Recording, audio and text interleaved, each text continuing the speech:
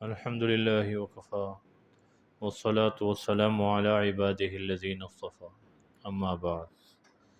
قال النبي صلى الله تعالى عليه وسلم: من باع دارا أو عقارا كمن ألا يبارك له فيه إلا أن يجعله في مثله أو كما قال عليه الصلاة والسلام.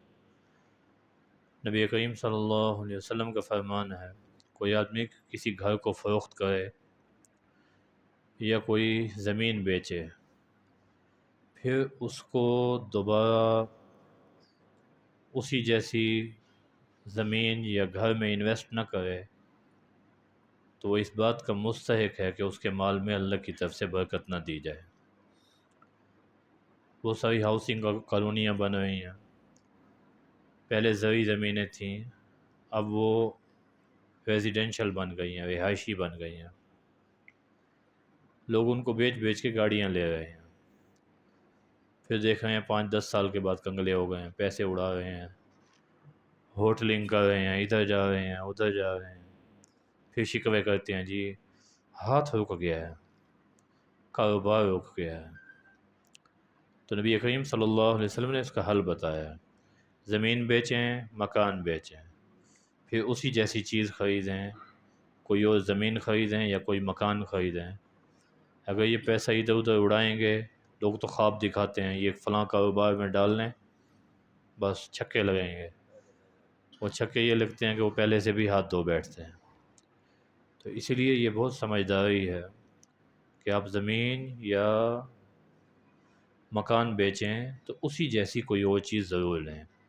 ہاں، کچھ اس میں سے بچا کے اپنی دوسری ضروریات بھی پوری کرے، لیکن زمین کا پیسہ زمین پہ، مکان کا پیسہ مکان پہ ضرور لگنا چاہیے، ورنہ برکت نہیں ہوگی۔ پھر بعد میں شکوے کرتے رہیں کہ جی پہلے تو حالات اچھے تھے اب خراب ہو گئے ہیں۔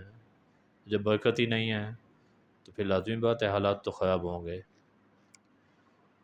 ایک اور حدیث میں نبی کریم صلی اللہ علیہ وسلم نے شرکت کے بارے میں فرمایا، پارٹنرشپ پہ کاروبار کرنا۔ وہاں جب دو آدمی مل کر کسی کاروبار کو کرتے ہیں، اللہ ان کے ساتھ تیسرے ہو جاتے ہیں، اللہ کی پوری مدد ان کے کاروبار میں ہوتی ہے۔ ما لم یخن احدہما صاحبہ، جب تک وہ ایک دوسرے سے خیانت نہیں کرتے۔ جیسے ہی خیانت کرنا شروع کر دی، ایک کم کاروبار میں کم توجہ دے رہا ہے، دوسرا زیادہ دے رہا ہے، اب جو زیادہ دے رہا ہے اس نے کہا جی اب تو نقصان میں ہی جا رہے ہیں، نقصان میں ہی جا رہے ہیں۔ جب اپنے بھائی سے خیانت شروع کرے گا، اللہ فرماتے ہیں میں ان کے کاروبار میں سے نکل جاتا ہوں، اب صرف کاروبار ہے، اللہ کی مدد ساتھ نہیں ہے۔ کچھ عرصے بعد وہی ہوگا کہ دونوں خالی ہو بیٹھیں گے۔ جب تک دیانتداری کے ساتھ شرکت پہ کام چلتا رہے گا، اللہ کی مدد اس کے ساتھ رہے گی۔ آپ جتنی ملٹی نیشنل کمپنیاں دیکھ لیں، ان کی کامیابی کی یہی وجہ ہے، انہوں نے اپنے پارٹنرز کے ساتھ جو اصول طے کیا ہے اس پر ہمیشہ چلے ہیں، اس کی خلاف ورزی نہیں کی۔ ٹھیک ہے پرسنٹیج کم دیں، جو بھی ان کا ایک طریقہ ہے، لیکن جو کہہ دیا اس پہ پورا اترتے ہیں۔ اور پاکستان میں یہ ہے آپ پارٹنرشپ پہ کام شروع کریں، ایک ترقی کر جائے گا، دوسرا بیچارہ کنگال ہو جائے گا، جو سادہ ہوگا وہ پیچھے رہ جائے گا۔ بھئی یہ تو عجیب کاروبار ہے، ایک کو ترقی ہو رہی ہے دوسرے کو نہیں ہو رہی۔ یہ صرف خیانت ہے اور کچھ نہیں ہے، اللہ حفاظت فرمائے۔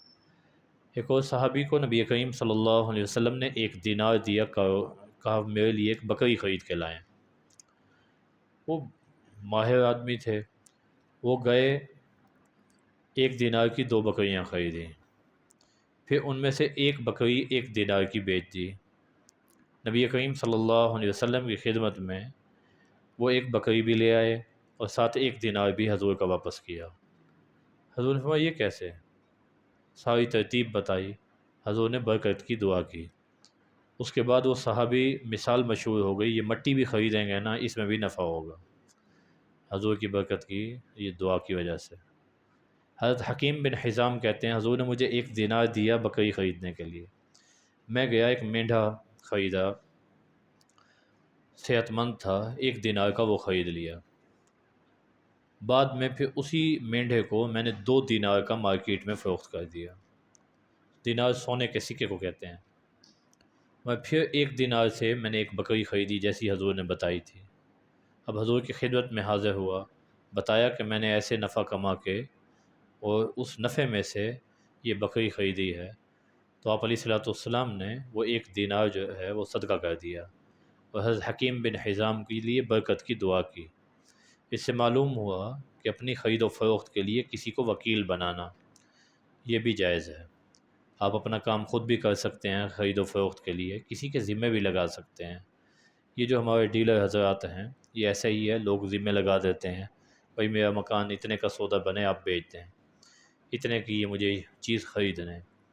اس طرح کسی کو وکیل بنانا یہ جائز ہے، لیکن خیانت نہ کرے۔ اگر خیانت کرے گا تو پھر مسئلہ ہے، پھر بے برکتی آئے گی۔ یہاں دونوں جگہ صحابہ نے جو معاملہ کیا نبی کریم صلی اللہ علیہ وسلم کو سارا آگاہ کیا۔ اب ہمارے یہاں ڈیلر حضرات یہ کرتے ہیں کہ مالک کو، جو چیز کا مالک ہے اور جو خریدار ہے، ان کو آپس میں ملاقات نہیں کرواتے، اس کو بڑھا کے ریٹ بتائیں گے، اس کو گھٹا کے، اس سے تو اوپر بکی نہیں رہی، اس کو کہیں گے بھائی اس سے تو کم مالک آ ہی نہیں رہا، اب دونوں سے چھپا کے سودا ہو رہا ہے۔ یہ معاملہ ٹھیک نہیں ہے، یہ دونوں طرف سے خیانت ہے، مال میں برکت بھی نہیں ہوگی اور اللہ کی ناراضگی کا بھی سبب بنے گا۔ اللہ ان باتوں کی سمجھ عطا فرمائے، عمل کی توفیق عطا فرمائے۔ وآخر دعوانا ان الحمد للہ رب العالمین۔ الحمد للہ رب العالمین والعاقبۃ للمتقین، والصلاة والسلام علی خیر خلق محمد وعلی آلہ وصحبہ اجمعین۔ ربنا ظلمنا انفسنا وإن لم تغفر لنا وترحمنا لنكونن من الخاسرين۔ ربنا آتنا في الدنيا حسنة وفي الآخرة حسنة وقنا عذاب النار وقنا عذاب القبر وقنا عذاب الحشر وقنا عذاب الميزان۔ اللهم إنا نسألك الهدى والتقى والعفاف والغنى، اللهم إنا نسألك العفو والعافية والمعافاة الدائمة في الدين۔ صلی اللہ تعالی علی خیر خلق محمد وعلی آلہ وصحبہ اجمعین برحمتک یا